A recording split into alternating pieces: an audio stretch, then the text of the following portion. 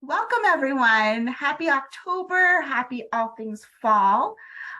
We are here to celebrate YA Lit, young adult literature, teen authors. We have a star-studded panel of talent this evening.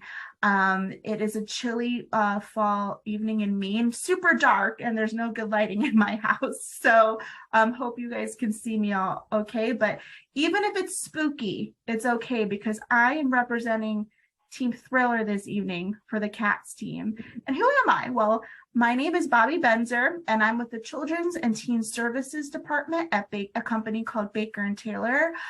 For those of you who are library patrons or librarians out there, if you've ever wondered where do the books come from that are sitting on your library shelves, it's possible they may have come from Baker and Taylor. And the Children's and Teen Services Department has the great pleasure of working with your library's teen and children's librarians across the country. I'm joined today by my wonderful colleague, Ruby Smart. Ruby is a longtime librarian who recently joined our team and loves children's and teen literature and is a diehard for good YA romance. So she's representing teen romance this evening. And I think what we're about to discover from our conversations with our authors is that they may not be as different as we think. So we are waiting for one of our authors to join us, Jessica Goodman, but we have three here with us now. I'm going to introduce all four of them. So I hope that you have fun. Curl up for a fun 45 minutes to an hour of conversation and a fun writing prompts game, hopefully. Maybe you saw we're also promoting a couple signature mocktails. So at some point, you might want to go and grab one, make one for yourself if you haven't already. Ruby's drinking a love story punch that has like a pink sherbet, and I'm drinking a cider thriller punch. Right, Ruby? Yeah. So, all right. So I'm going to kick things off by introducing our talent, but first, here we go. Ready? Representing Teen Love Story, or Teen YA Romance, rather, we have Olivia Abtahi. Growing up in the DC area, Olivia devoured books and hid in empty classrooms during school to finish them. Her debut novel, Perfectly Parvin, was published in 2021 by Penguin Random House. Books for young readers receiving an SC BWI, thank you, Golden K Award, Honor Award, and the YALSA Odyssey Honor, and numerous starred reviews. And her sophomore novel, which we're going to be talking about this evening as our On Fire, was published in August, and her middle grade debut is coming out in 2024, which is also super exciting. Olivia lives in Denver, Colorado with her husband and her 2-year-old daughter, which we just discovered. And we're looking forward to having her here. Thank you, Olivia, for being here. Thank you. All right, and now we're going to introduce Katharine McGee.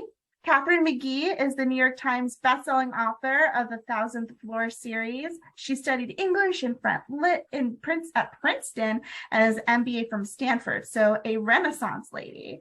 She's been speculating about American royalty since her undergraduate days when she wrote a thesis on castle envy. The idea that the American psyche is missing out on something because Americans don't have a royal family of their own. I think we could all feel that in this post-Elizabeth weeks, right? And of course, the American Royal series is just amazing, and that's what she's here to talk about this evening. Katharine lives with her husband in her hometown of Houston, Texas. Thank you, Katharine, for Thank you for having me. Okay. Now, I'm going to introduce our awesome teen thriller, but of course, we got to switch songs here. It wouldn't be October without this, right? We all know what this is, right? Okay. I'm going to fast forward. Okay, thriller. There we go.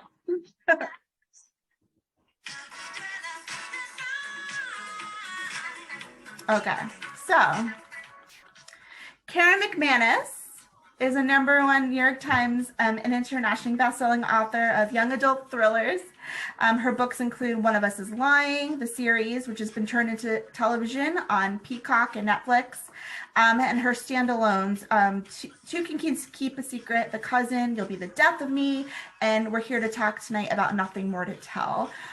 Karen's books have been translated into over 40 languages, which is pretty cool. You can find her on Twitter and Instagram at writer KC McManus, or rather at writer KMC. Sorry about that, Karen. That's okay.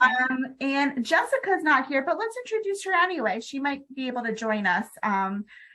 She was having some personal stuff, so she's going to be joining us a little bit late. Jessica Goodman is the New York Times bestselling author of They Wish They Were Us, They'll Never Catch Us, and The Counselors, which is what her most recent, that's what we're going to be talking about this evening.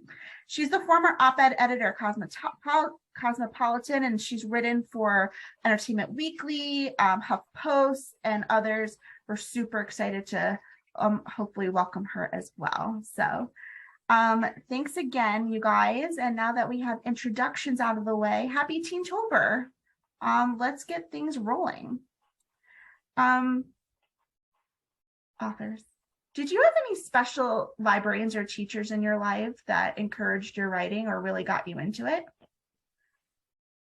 Feel free to, maybe Katharine, if you want to start, you look like you got something to say.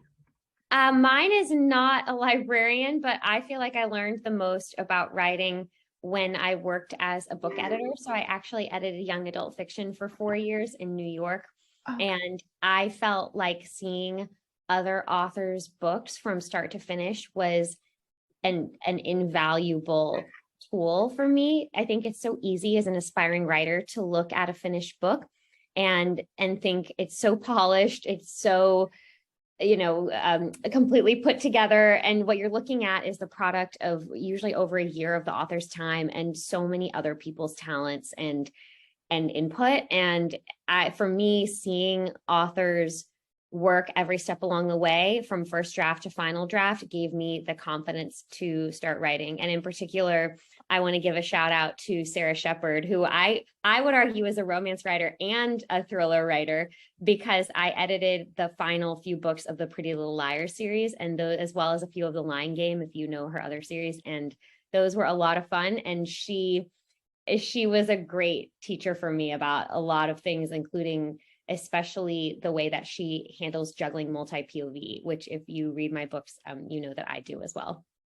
That's totally apropos since we're celebrating YA authors this evening. And it's kind of funny. We have a member of our team who we adore, whose name is also Sarah Shepard. So every time we're talking about the author and one of our, I always confuse with our colleague who happens to live in Houston, but that's a great answer, Katharine. I'm going to turn things over to Ruby to shepherd the rest of the next couple questions, although I am sure Olivia and Karen also have an answer to this one as well. I did. I had a really special teacher who in second grade had all of us write a story in class. And that was just astonishing to me that I could write a story. I thought that was the coolest thing ever. And so I had a lot of fun with it, and she saw that, and liked it and really encouraged me for years after. So, I still think of her as the first person who ever called me a storyteller. Olivia? Oh gosh, I wish I had someone. I would say I was really discouraged from writing and was told I had no talent growing up. So I went to film school instead. Now librarians I know are way more encouraging, and English teachers as well. But yeah, so I went to film school instead, actually at NYU, because I wanted to be a writer, but I didn't think I could do prose. So I focused on screenwriting. And it wasn't until my screenplays would get like awards and stuff online, but never go anywhere, right? Like they get buzz, but like, you have to put serious money behind a film.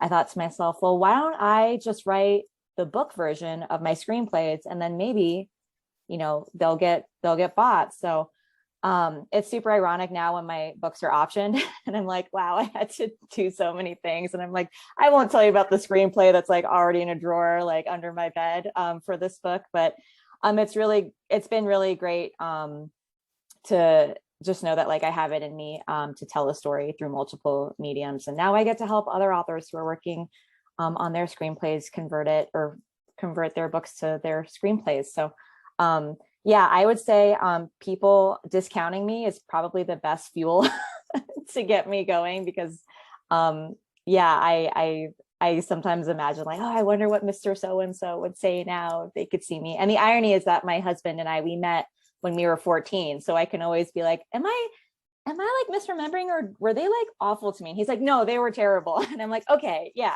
like that happens. So it's really validating. And I would encourage any young people who maybe don't have that encouragement to know that you can still do it no matter what. That is super interesting. Yeah, probably super helpful to have someone around you in your orbit that can speak to your formative years when you're writing YA lit. Totally. So. Yeah. Do you have any advice for aspiring writers?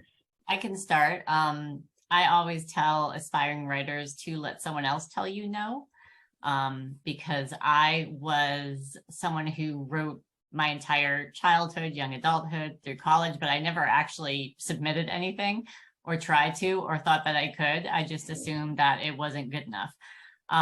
Who knows what I might have done in the decades since that time, until I actually picked up at this point, a laptop and tried again.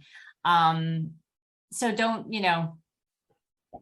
don't cut yourself out of the possibility before you've even tried. It's really easy to think that, you like Katharine said, you see a finished book and you think, well, that's brilliant, I can't do that. But that's not how anything starts, and you just have to put yourself out there. If you do want to be published, you have to be okay with rejection. I got rejected a lot. Everybody does. It's not failure. It's just part of the process. That's great. There's a lot of teens watching that love all of your work and are aspiring writers themselves. Is your favorite genre to read the genre you write?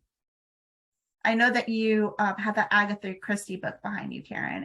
So I'm guessing it might be. Oh, I love a good mystery. I do, but I can't read them while I'm writing them. So I do have to, expand outside of my genre when I'm just looking for something to relax me and have fun with.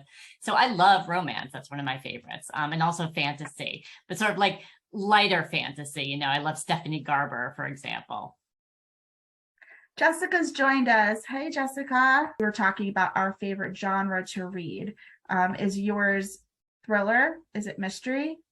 Thrillers are my favorite, but if I wasn't playing favorites with my own genre, I love to read rom-coms. They totally set me at ease, make me feel like I'm on the beach, and I often read them on the beach. So big romance fan over here. Extra love if they have some comedy thrown in. Olivia and Katharine. I was just gonna say, Jessica, I love the person behind you waving. It felt like such a TV moment. Yeah. I am similar to Karen. I write rom-coms, but I really I read romance. My characters are 14, like there's not a ton of romance in them, but I do love romance because I love the equation of like there's going to be a happily ever after, but like the math of like how to get there. You're looking at your Kindle, you're like, okay, I'm 75% in, like this needs to happen, the slow burn, like I'm so ready. And then, yeah, I love science fiction and fantasy as well, but I would say I steer more in towards like the weirder, the better, like super science fiction stuff. Like I just read A Memory Called Empire, like Poppy War, The Last Cuentista, that won so many awards, rightfully so, set in space. Those make me super happy. I think I'm just a space nerd who writes rom-coms sometimes. So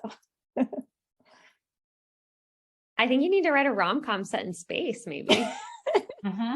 I don't know what that is. All like your interests Passengers together. or something, that movie. yeah. I actually read a lot of historical fiction, which won't surprise you if you've read my books. I often feel like my books are historical fiction masquerading as contemporary in the sense that when there are royal people involved, the stakes feel the way that they feel in historical fiction. It's really hard to create contemporary YA novels where marriage is on the line, or people feel like their lives are on the line, or they're, the future of a nation. All the stakes feel really amplified when you put thrones and dynasties and these questions of succession at stake. So I do enjoy that about royal stories. And I feel like I end up pulling a lot of things from history and bringing them forward into the present day, and sort of giving my characters like tiaras and iPhones. So you get the best of both worlds.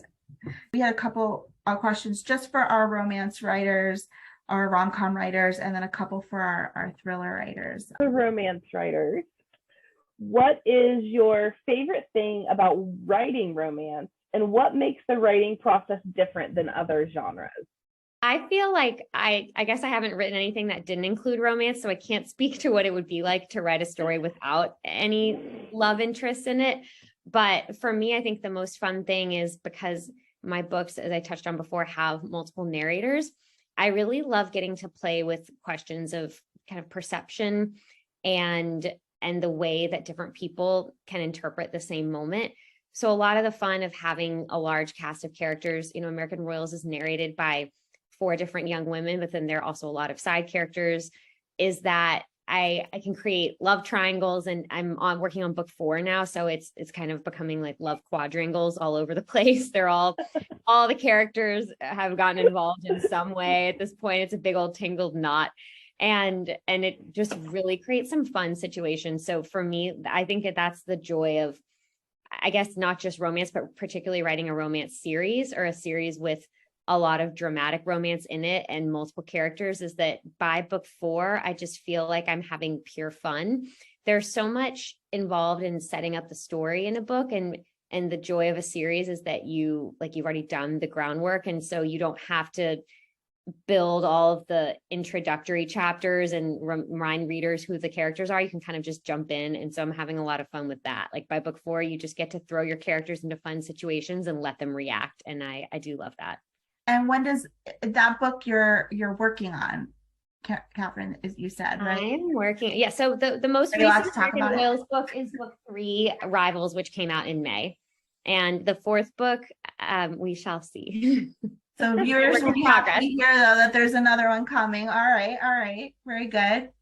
Yes, there's another one coming. I would not leave you on that kind of cliffhanger with no resolution. Olivia. Good. Thank you. Yeah, I was gonna say I'm ready for the love quadrangles, Katharine. I'm here for it as a fan of this franchise. For me, I think one of my favorite parts about writing romance is always going to be the moments, and once again, because I'm writing such young characters, where it's like, you like me? Oh, I like you. Like, just the acknowledgement. I think when you're a very young person, that someone can like you that way, and that you're not this disgusting, sack of flesh with lots of feelings, because that's how it feels sometimes when you're a teen, and the shame that you have is real. So, I really like writing that moment. But I think more than anything, I'd say my book's way more like rom-com-y, and I really just love punching up my books, going back through, do jokes land, running them through with all my friends. Usually to make a joke land, I have to take things out, which is really interesting. Like I overwork it, or there's opportunities where a character could have a neuroses that they display earlier that like I can make a joke land later. So I really just like punching it up, if you will, and just like sprinkling in the humor. I'd say that's my favorite part, but it really can only happen once like the bones of the book are set and like everything's baked, and then there's just like all these toppings that you can add. Yeah, the dialogue's great in your book. Thanks. Maybe I'll pivot to the thriller writers now, and then we'll go back and forth. Okay. So Karen and Jessica. Well, I guess this. Well, let me just ask a question specifically for Karen and Jessica, because this is what I loved. I love all your books. I listened to both of your least recent ones on Audible, so that was an interesting experience for me. And I guess the big thing that came up for me is this theme. Since we were just talking about romance and rom-com, this let's carry this theme of love over to your questions. Okay, so like in your 2 latest books, love is a real motivator for what moves the story forward, whether it's familial or parental or romantic or platonic romantic love.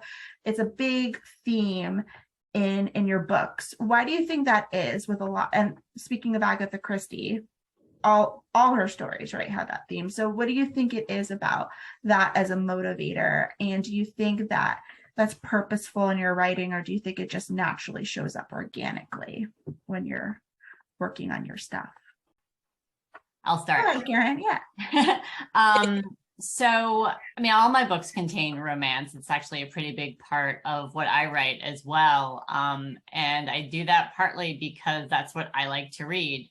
And particularly when I was a kid, I would read, up usually because there was not nearly as robust a YA genre. And so I would read lots of like psychological thrillers or Stephen King or what have you, but there's never enough romance for me. And I thought, wouldn't it be so much more fun if they could fall in love while they solve the murder? So that's what I try to do.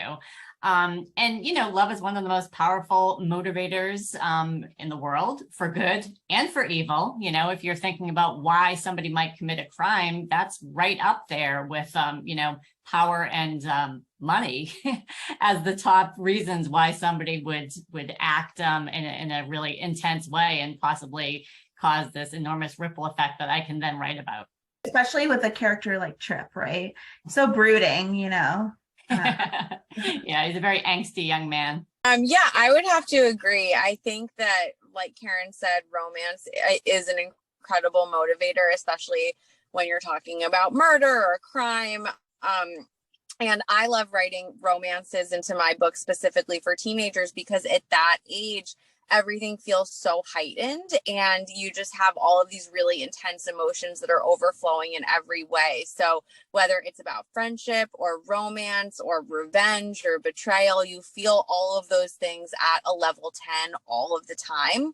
And so it's so fun to incorporate the really high stakes, emotional aspects of being a teenager with crime and murder and all of these dark things that are in our thrillers, because we're kind of putting them on an equal playing field and saying, like, take these things as seriously as murder, and in a lot of ways, because that's how serious they are to teenagers. That's how serious they take their relationships. And I love writing teenagers at their most heightened emotions because it's just so fun and visceral and real, and you never feel anything as deeply as you do when you're like 16 years old. And so that is obviously so true for romance.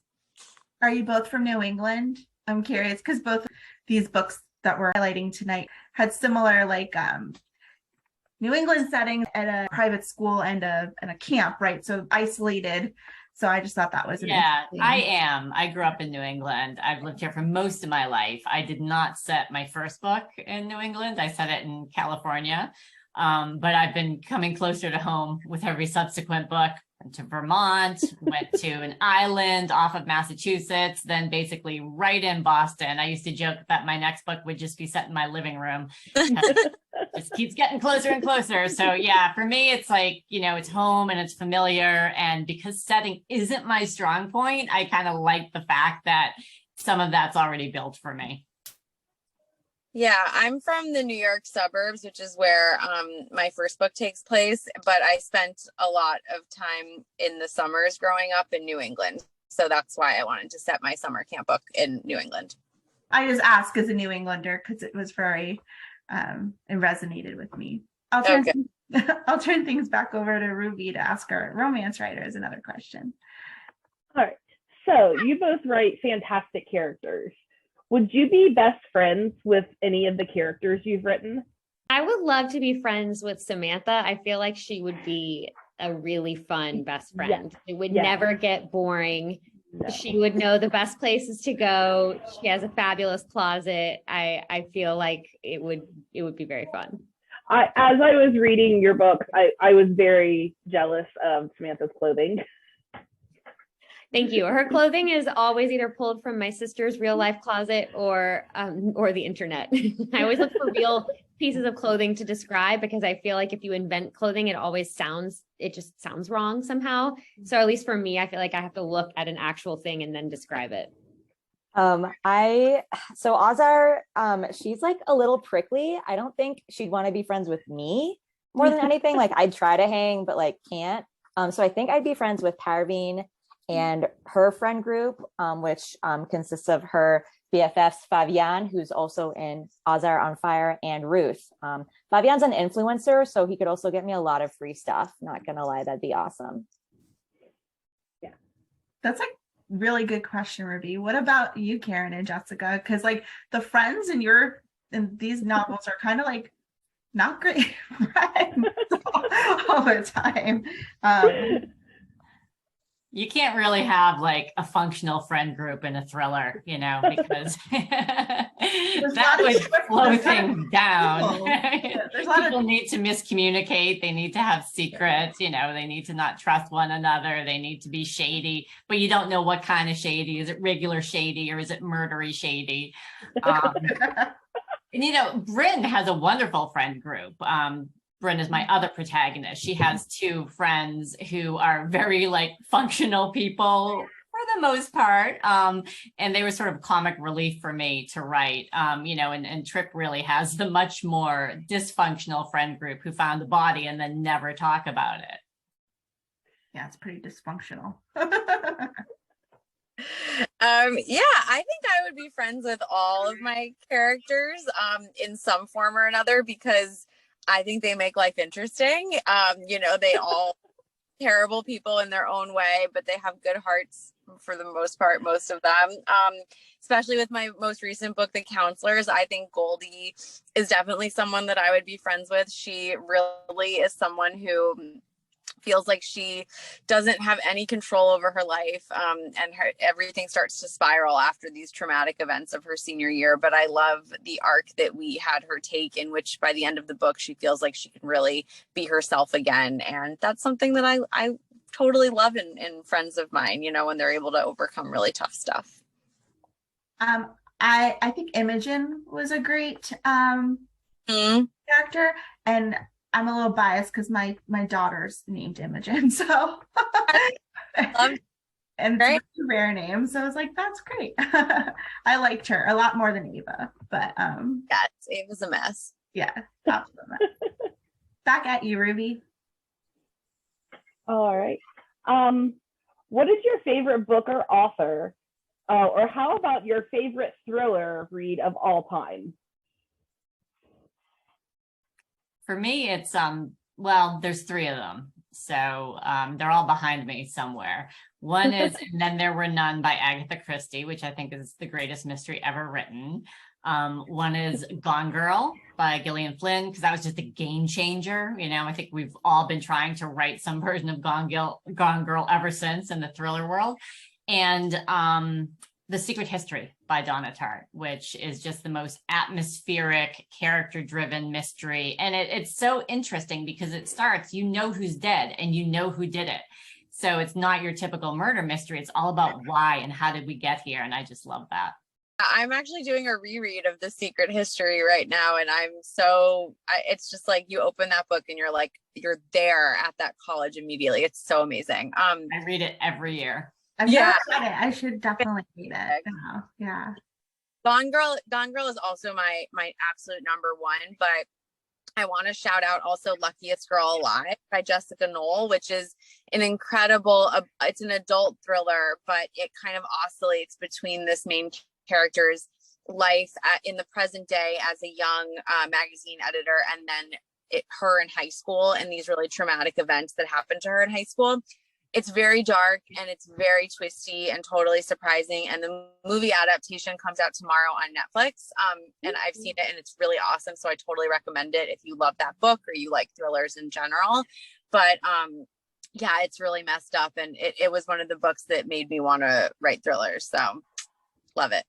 I loved all those answers. Katharine and Olivia, do you want to answer that question too? Favorite thrillers? Do you have one? I don't read a lot of thrillers, although I listen to some on audiobook. I find that they're for me, best digestible. They're great on audio. Yeah, on audio. The ones that have already been named are favorites of mine. I also love Gone Girl. One that hasn't been mentioned is I really love Carola Lovering as an author. She is adult, but her books they're sort of domestic suspensey, and they follow like relationships falling apart. And her most recent one is basically the most obsessive ex-girlfriend of all time who sets out to wreck a current relationship. And it's sort of, I mean, the book is called Can't Look Away, and it's so aptly titled because as you're reading it, you feel like you're watching a train wreck, and you watch her like dismantle this relationship as this just absolute evil ex-girlfriend out for revenge, but you also like kind of feel for her. So it was a very fun book. Again, not a traditional thriller in any sense, but sort of domestic suspensey. I'll just say that I love, when it comes to thriller, you were just from Gillian Flynn, the dark, Sharp Objects. I like that one from her. Just shouting out some love there. I will say, if you're an author, I really liked the plot. I forget the author's name, Jean, I can't remember her, but she wrote. I keep seeing that one around. I that's good to know. I will add that to my list. It's really good because the author who starts on it. Oh, what's it, Jessica? Corlitz. She's amazing. Okay, yeah, because she had the HBO Max adaptation also with Hugh Grant and Nicole Kidman. I'm blanking on the name. The new one. It's new-ish, right? Yeah. The Undoing. Oh, The Undoing. Okay, thank you, Jessica. But the plot's really great because it starts with an author who is like just down on his luck, and it was like just so interesting to see. A lot of times when authors are like in TV or news or like in books, they're like wildly successful, and this was like, no, a dude like struggling to like have an adjunct position at a university. So I really like that one, although I'm not a thriller reader. What about favorite romance, just to switch it up, or rom-com? Okay, I have this one. This is 1+1 by Jojo Moyes. I love this so much. I listen to it. I probably reread it once a year, and I listen to it on audiobook a lot. It's just like two people from very different classes, like kind of forced together. And I was lucky enough to meet the author in person once, and I was like, yo, when is that being adapted? And she was like, I'm working on it, I swear. And I was like, okay, like I'm gonna hold you to it. And then the pandemic happened, but I'm still holding out hope. But this is one of my absolute favorites. And for folks who aren't familiar with her, she wrote Me Before You, so that was like her big breakaway, but she has such a big backlist, and every single book just blows my mind. That was good. Mine is also an adult answer, and it's a little steamy, so it may not be appropriate for all viewers, but I'm very into Evie Dunmore right now. I think her books are the smartest historical fiction in the romance department on the market right now. They're just so well done. I think there can be a lot of historical fiction that leans too heavily on the steamy scenes and like is thin on the plot or the motivations, and she builds in so much of the political atmosphere of the time and you know the motivations of the suffragists and everyone in the upper classes. So it's actually it's not just like the fun Bridgerton tea sipping kind of novel. It's very, very thoughtfully done about like what it means to live in that kind of time period and be privileged. And I just think they're so smart. So I can't recommend them highly enough. That's awesome. In terms of romance, I love this adult author, Rosie Danan, I think is her name. And she did this book called The Roommate, and it's very racy and very good. And she has The Intimacy Experiment is her other book, and they're so fun and so like crazy, and they're just like they're very hot. So like also age display. I just remember being so riveted, and they're so funny, and they're about like young people in LA, and it's just like really sexy and fun. I feel like me and Katharine and Jessica should have a talk afterwards about steamy romance books. I know, Jessica, I'm adding these to my list right now. Also books I've seen everywhere. I just don't have time to read all the books that look good. It's really tragic. The Roommate is on my TBR. The Roommate is so fun. It's about a young, like kind of uptight female lawyer who moves to LA, and her roommate is like an adult film star, and they decide to like go into business to like bring like information about female sexual pleasure to the masses, and it's just like really, really well done. Okay, you just moved it to the top of my PBR. Highly recommend. Sold. Cannot wait. I collected some audience questions that we garnered from our social before the event, so I'll just ask a couple. So one had to do with craft, and so there was a question about, for Katharine and Olivia, there's a ton of world building, right? Which it just comes with par for the course with the books that you were writing. And so there was a question about, that process. And then for Karen and Jessica, there was a question about, do you know who the murderer was, before when you started writing? Like, did you write linearly? And did you know where you were going when you were first starting the book? So I'll just say, Olivia, you could start. Oh my gosh, I was like, yeah, Karen, like, did you know? Like, I'm like reading, like, yeah, I want to know. For me, I think the world building, at least in my books, is I grew up in an incredibly diverse part of the country in Northern Virginia, in a suburb of DC. I went to school with senators' kids. My friends in the parking lot had diplomatic tags like on their car, and it's like, run the red light, dip tag. And you're like, oh my gosh, like this is horrible. Teens should not have these things, but it was, for better or worse, just like incredibly diverse. And for me, the world building is always just showing what that's like, and like having kids speak in different languages to each other, have Iranians give all their Desi friends, crap for putting milk in their tea, as we do, like jokes about friends taking their shoes off at the front door, who can handle the spiciest food, stuff like that. So for my world building, it's contemporary. It's really focused on diversity and just showcasing not just racial diversity, but also sexual diversity and orientation, and different religions as well. So for me, the world building for there is just super important to me in everything I write. And then for my middle grade book, that is science fiction fantasy. It's a retelling of the Persian Book of Kings, the Shahnameh, set on an exoplanet in our solar system. So a lot of world building there, a lot of space science. Definitely had to like have beta readers be like, Olivia, that's not possible, blah, blah, blah, blah, blah. And I'm like, I'm like, but the plot, can't you science around my plot? And I had to do a lot of like high school level science again, for better or worse. I'm like, I just want to make jokes. But that world building was really fun. So even in that world though, too, you have a character who's half Iranian, half South American, like me. First time I wrote a character that was like my exact ethnic breakdown. So yeah, having the same kind of diversity there as well, which was really fun. That's super cool. Katharine. I first of all want to say I totally agree with you on the constraints of reality are so frustrating. I'll have a scene and then my copy editor will say like, this character just woke up from a coma and you have her like 1 week later going to a party. And I say, I know, this is made up. Like, please don't unravel my plot at the 11th hour, because a real life coma patient would obviously not be at a party. But we do tend to set aside reality sometimes. Also, I really would like to take your diplomatic tags running a red light. I feel like that moment also belongs in American Royals, and I might run. Oh yeah. Okay, like, do it, please. You totally see my characters doing that. That's hilarious.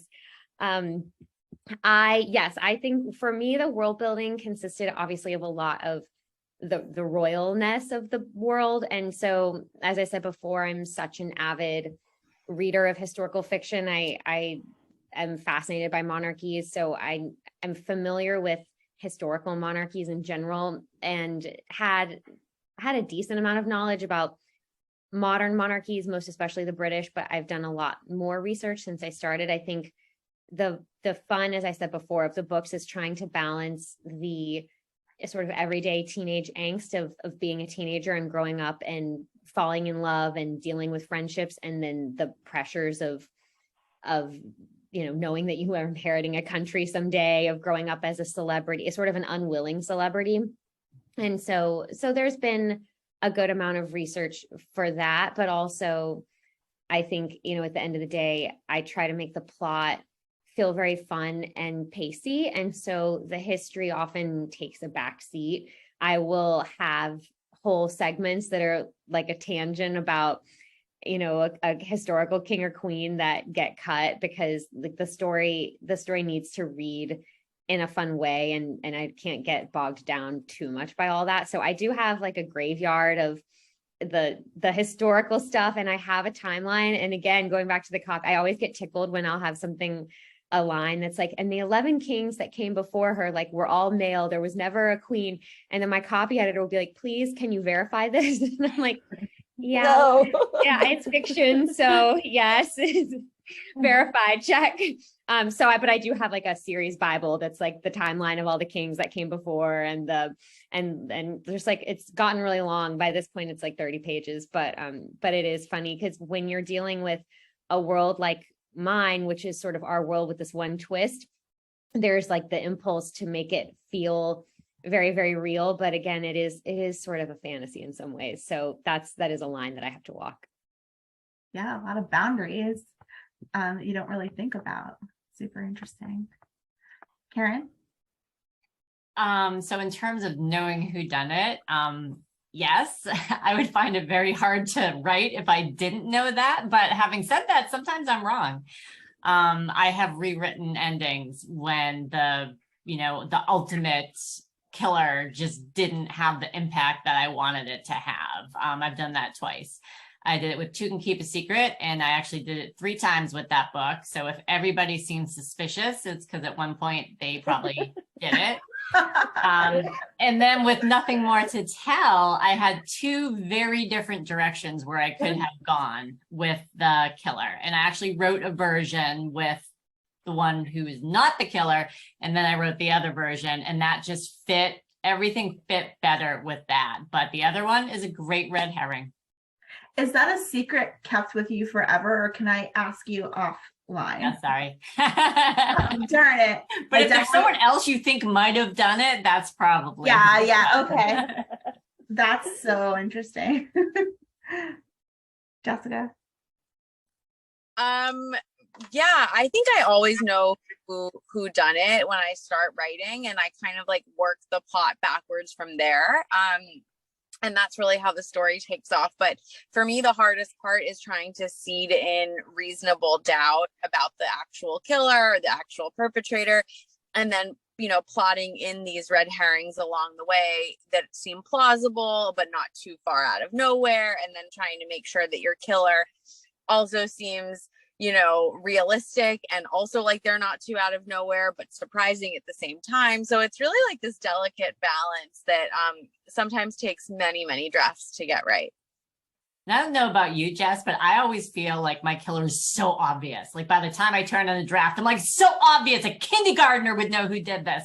And then my agent has to remind me that I've been living with this book for months and months and months. So of course it seems obvious to me. Totally. Same boat. So my mind is going a mile a minute. I'm still on what you said, Karen. I'm like, what was it? Okay. Ruby, do you want to ask our panelists the prompt that we have, that just a fun little activity, and then we can wrap things up with after that. So yeah. So since you guys write some different kinds of books, we thought it would be fun to see what you do with a little sentence prompt.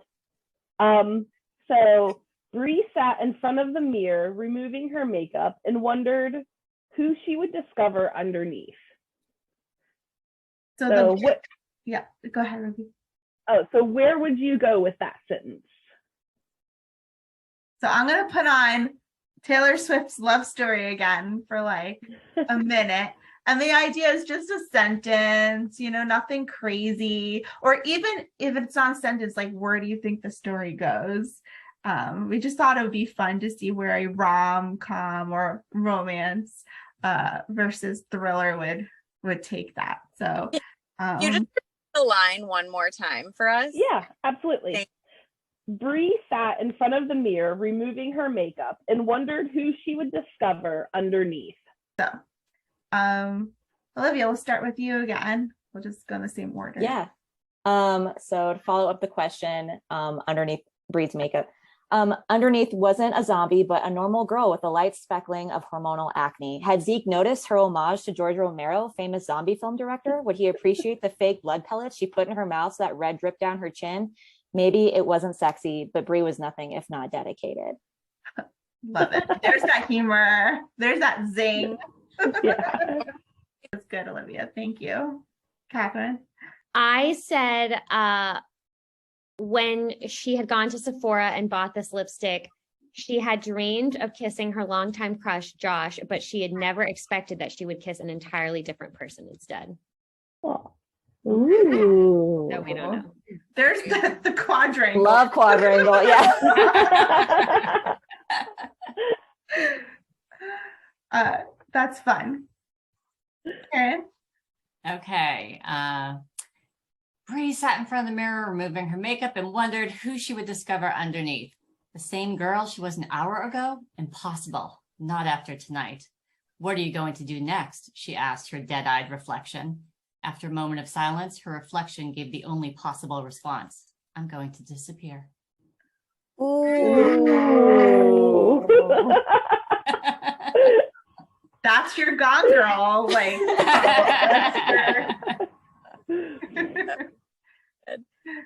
I'm gonna politely say that because I don't have pen, paper, or computer Yeah. right here in my car where I'm doing this from, that off the top of my head, I would say that Bree has just committed some crazy crime and she turns around in her room and finds her best friend dead behind her, and so she has to deal with it. whoa. Yeah, let's just go right to the punch, and this is where the book starts. She has to figure out what to do with this dead body, and you know what she's gonna look like after doing that. So we're just gonna go with that. So Karen's getting her out of Dodge, and Jessica's having her dump a body. So I feel like that could be the exact same and plot. Katharine is starting a new love triangle. and Olivia's having a punchy line. So Yeah. so it's all going exactly where we thought it would go. That was so much fun. Thanks, guys.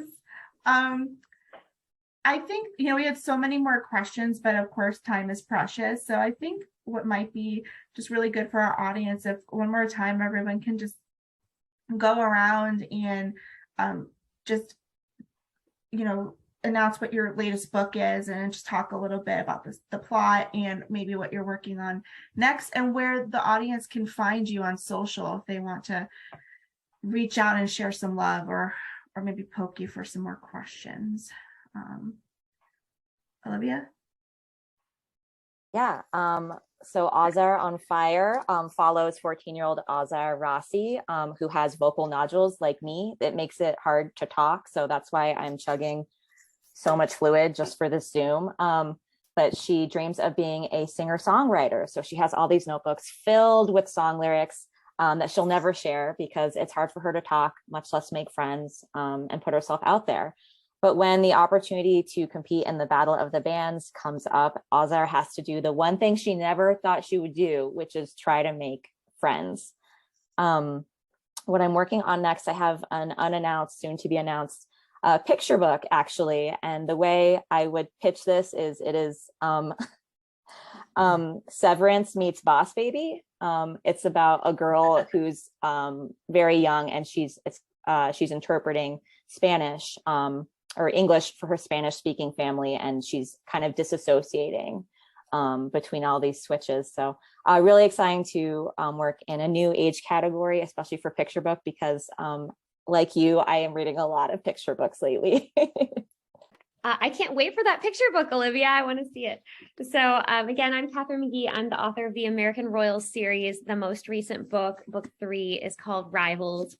And for those of you who aren't familiar with the American Royals series, it takes place in an alternate version of the modern world where we are like England and have a royal family. So you may have heard this very, this very apocryphal historical legend that George Washington, after the Battle of Yorktown, was offered a crown by his soldiers. It's almost certain that never happened, but my books take place in a world where that moment happened and he said yes. And so he became our first king. And fast forward to the present day, America has a monarchy, and the books follow the princesses and prince of America and all of their romance and drama and all of the tensions that come with growing up, as a young generation of royals. So as I said, by the third book, things really get fun. I feel like it, the first book is the building book and the introduction book, and the second book is the building book maybe, and the third book is the romp around in the world you've created book. And so I really the world gets bigger. I get to introduce some foreign royals. The romances get more mature and more serious and more high stakes. And I think it's just a lot of fun. As I said, I wrote this book during the pandemic with a newborn.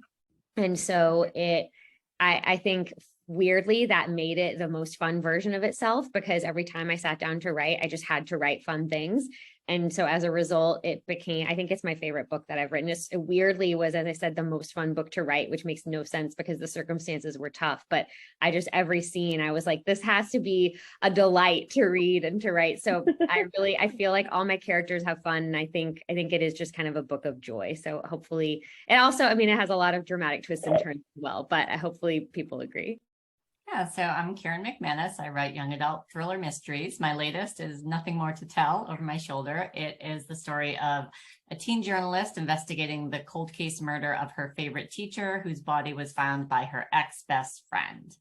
And next summer, I'm going to be releasing the third book in the One of Us is Lying series. It's called One of Us is Back. And if you're interested in that, you should follow me on social media, writer KMC on Twitter and Instagram, because I'm finally going to be able to start sharing some information about that book this weekend. That's so exciting. My name's Jessica Goodman. I am the author of young adult thriller mysteries as well. My most recent one is called The Counselors, and it is set at an exclusive summer camp in Vermont where our main character Goldie is about to start her final summer at camp being a counselor with her best friends. And she's just recovered from this very traumatic event during her senior year of high school, ready to have the greatest summer of her life. But everything gets upended when she finds a dead body in the lake at camp. So that's where we're going with that one. And that came out in May. It's available everywhere. My next book will come out next summer. It's another young adult thriller. And I can't say much about it just yet, but you heard it here first. We're going back to the dark academia world, so it should be very fun, I think. And yeah, you can find me on Instagram at Jessica Goodman, and also in my car apparently. But hopefully. Thank you so much for coming. This has been great. I can't wait to read everyone's new books. For coming tonight. It was fun getting to talk to everyone. Happy Teentober, everyone. Yeah. Yes. And I think we're about to see, we see a baby. Thank you all so much. I gotta go. Oh. Bye. Bye. Bye, everyone.